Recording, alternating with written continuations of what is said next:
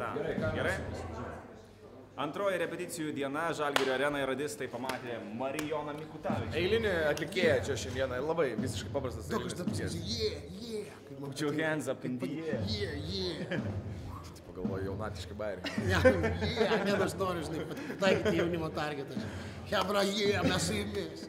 Yo, what's up, Yo, what's up, Marijonai, mačiau, ne tik dainavai su GNG sindikatu, bet ir lakstėjai kažką režisavai. Ką tu dar veiki čia be dainavimo? Gali atskleisti ar tiesiog esi žiūrovas? Aš čia tiekiu narkotikus, nes žinot, tokie renginiai, bet to neapsieina.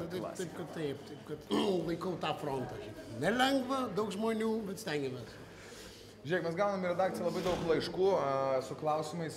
Vyrukai dažniausiai būna jau apsiženę, ar ne, su moterimis. Ir jie klausia, jeigu jūs sutiksite kažkada tai Marijoną Mikutavičių, paklauskit jo, kaip jam išlieka taip ilgai likti tikrų vyrų ir nesiženyti.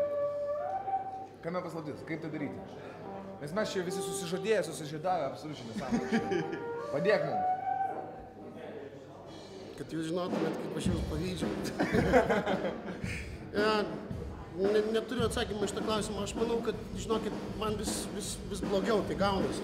Ir tiesą sakant, aš dabar kaip prisirpusi slyva, pasiruošęs būti nuraškytas. Žinokit, ateina laikas visiems.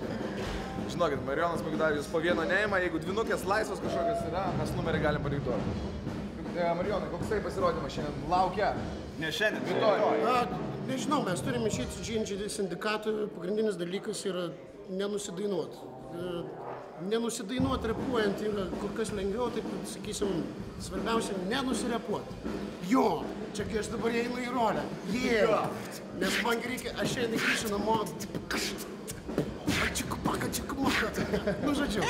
Marijonas Mikutavičius, mama. Gerai. Ačiū. O mes grįšim dar su vienu eiliniu čia žvaigždūnu. Kas jis bus? Nežinau. Tas pes per šaką.